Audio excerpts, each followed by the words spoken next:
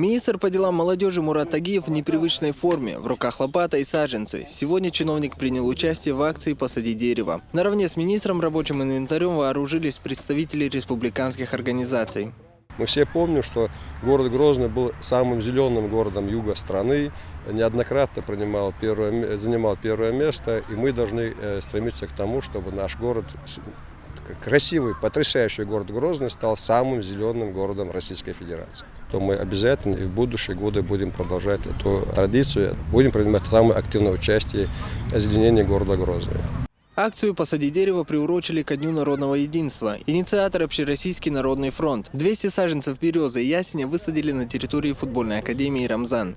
В первую очередь, эта акция молодежь приучает тому, чтобы они бережно относились к природе. Эта природа сегодня ответит тем же, как мы относимся к этой природе. Поэтому каждое посаженное дерево – это, во-первых, определенный вклад в экологию.